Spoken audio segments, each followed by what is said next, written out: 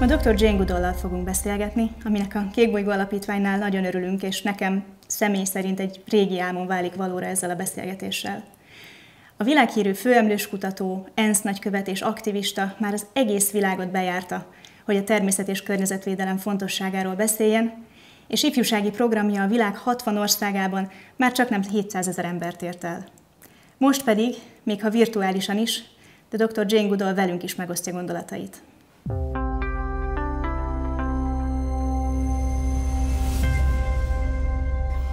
Dr. Jane Goodall, it's a great honor to have the opportunity to talk to you, and it's a pleasure to meet you. Young people adore you and look up to you as a role model. How did your love for nature start as a child? Can you maybe recall the moment when you decided to commit your life to animals? I was born loving animals. I had a very supportive mother. She didn't even get angry when she found I'd taken a whole lot of earthworms to bed with me. She just said, I think they might die if you leave them here. We took them back into the garden. And I grew up during World War II, so there was no television back then. It hadn't been invented. So I learned about nature by reading books and by being outside, which is the best way, watching the squirrels and the birds. And when I was 10 years old, I found a little book. I could just afford it. I used to save up my few pennies of pocket money. And it was called Tarzan of the Apes. And that's when I decided I shall grow up, go to Africa, live with wild animals, and write books about them. So it all began when I was 10. And later, in an extraordinary effort, I think in the early 60s, you made it to Tanzania to study chimpanzees. If you had to say one thing you've learned from chimpanzees, what would it be? Well, I think it would be they're so like us in so many ways. And, you know, they kiss, embrace, hold hands, pat one another. They can be altruistic and loving. They can be brutal and aggressive. But the one thing that makes us more different from them is this explosive development of our intellect. So we are the most intellectual creature that ever walked the planet. Animals are way more intelligent than people used to think, way more. But I mean, just think, we're talking from two different parts of the world and people all over the world can listen to us. I mean, it's pretty amazing. No animal could do that, although they do have amazing communication like the whales. But the question then rises, why are we destroying our only home? We've even been clever enough to send a rocket up to Mars and a little robot to take photographs. And at one time, people thought maybe Mars could sustain life, but it can't. And so we've just got one little blue and green planet, Earth, and we're destroying it. Indeed. So you've made an amazing program. The Roots and Shoots program just celebrated its 30th anniversary. What was your basic motivation to create the program? It was created in 1991, and at that time, in fact, up until I was grounded for the pandemic, I was traveling about 300 days a year, giving lectures and talks and meeting, you know, politicians and business people all over the world. And everywhere I was meeting young people, particularly high school and university, who seemed to have lost hope. And they were sometimes depressed, sometimes just apathetic, sometimes angry. And when I asked them, why do you feel this way? They said, well, it's because you've compromised our future and there's nothing we can do about it. And I thought, well, yes, we have compromised the future of young people. We've been stealing it for years as we destroy the environment. We've now brought upon ourselves a pandemic and climate change and loss of biodiversity. But is it too late? I don't think so. And is there nothing that young people can do?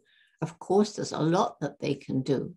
So I started the Roots and Shoots program with a very small group of 12 high school students in Tanzania, actually. And we decided, first of all, the main message of what we wanted to do, what they wanted to do, was every single one of us makes an impact on the planet every single day. And we can choose what sort of impact we make. Secondly, every group will choose 3 projects to make the world better. one to help people, one to help animals, one to help the environment, because as I learned in the rainforest, everything is interconnected. And so it began with these 12 students. It's now in almost 65 countries. It's got members in kindergarten, university, everything in between. More and more companies are getting their staff involved. So it can be for adults, but it was designed and is mostly for young people. And these young people are changing the world. I think partly it's because they're allowed to choose their projects. They may get help, they may get guidance. They're passionate about what they do. And what are you most proud of about the program? Do you maybe have a favorite Roots and Shoots group? No, I think I'm proudest about the fact that wherever we try to start it, it grows. It can grow with any age. It can grow in the inner city. It can grow in the most rural areas. It's been growing in prisons. It grows in refugee camps. It grows in the First Nation and Native American reservations. It can grow anywhere. And I think I'm most proud of the fact that these young people, once they understand the problems and they are empowered to take action, then there's no end to the change that they're making. Dr. Goodall, I was fortunate enough to listen to one of your talks in person a couple of years ago. And then you said, if we all do the bits that we can do, we have done something for the environment. And this is exactly the idea of the Blue Planet Foundation's Sustainability School Week, where you just held a fascinating virtual class to almost 400,000 Hungarian students. What do you think about initiatives like this one? Are there more and more of these programs to teach people, and especially young people, how to become more aware of their environment? Well, in our Roots and Shoots program, we do try to get particularly young people out into the environment, because there's nothing like learning hands-on, and so many young people today are fixated on social media and their little cell phones and things. But being out in nature, unless you actually are out in nature and you see for yourself, like right now in spring, the little buds are breaking open and the leaves coming out remind me of a butterfly coming out of its chrysalis and spreading those wings that slowly dry. And that's what's happening to the leaves. They've been closed up all winter in those tiny little buds, and the buds swell and then they break open. So things like that make you love and be fascinated by nature. And so more outdoor teaching, outdoor experiences, I think that's really, really important for children today. Indeed, it's really important. Hope is a recurring motif of your books and speeches and talks. What is your greatest hope for the future? Well, I always think, if you aim for the stars, you might reach the moon. If you aim for the moon, you might reach the top of Mount Everest. So I like aiming for the stars. So my greatest hope is that we get groups of young people who understand that money isn't everything. We need enough money to live. But if we live for money, then things start going wrong. And that's the crazy thing that's happened on this planet. The idea that we can have unlimited economic development on a planet with finite natural resources. So if we get a critical mass of youth, not just Roots and Shoots, but other environmental youth movements that have the same mission, then maybe we start to see change, because change, needs to be in big business, it needs to be in government, it needs to be in law enforcement, it needs to be in teachers, it needs to be in parents, it needs to be everywhere. And only then will we be able to live in peace and harmony with the environment, with a new relationship to the environment and animals, and a more sustainable, greener economy. And how do you think things will change, let's say, in 30 years' time, in terms of how people relate to each other, in terms of the people's attitude to nature and the environment? Well, I wish it would change in the right direction, but unless we take action now, you know, we have to take action now. It's going to be too late otherwise. Climate change is driving up temperatures, and we're having, you know, unprecedented, terrible hurricanes and flooding and droughts and wildfires. Things are pretty bad, and we're in the 6th great extinction of animal and plant life on the planet. And in these ecosystems, a forest or a wetland or whatever, a healthy ecosystem depends on the species of plant and animal that make it up. They're all interrelated. They all have a part to play. And every time one of them disappears, becomes extinct, it's like tearing a hole in the tapestry of life. If we tear too many holes, then that tapestry will weaken and the ecosystem will collapse.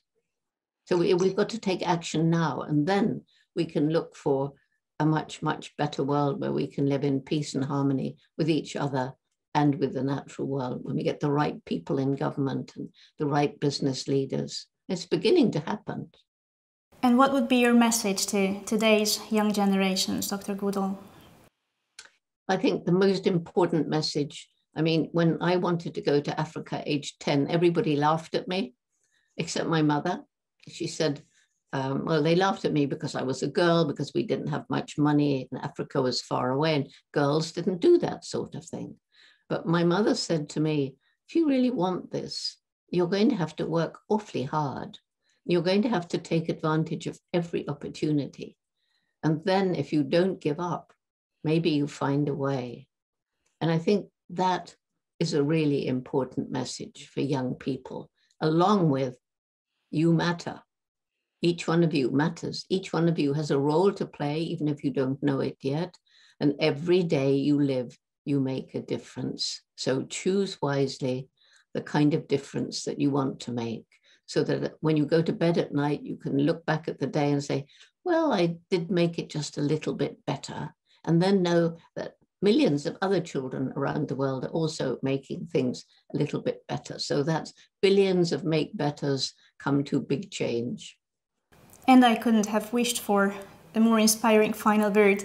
Dr. Jane Goodall, thank you very much for this opportunity. It has been a pleasure to talk to you, and thank you for sharing your hope and inspiration. Thank you very much. Thank you for inviting me and giving me a chance to share my ideas with the young people of Hungary, with Roots and Shoots and all the other young people who are listening. So thank you.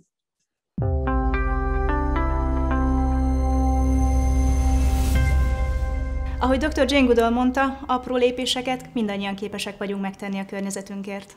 Ha ti is szeretnétek megtenni ezeket a lépéseket, keressétek a Jane Goodall Intézet magyarországi képviseletét, és csatlakozzatok a Kékbolygó Alapítvány programjaihoz.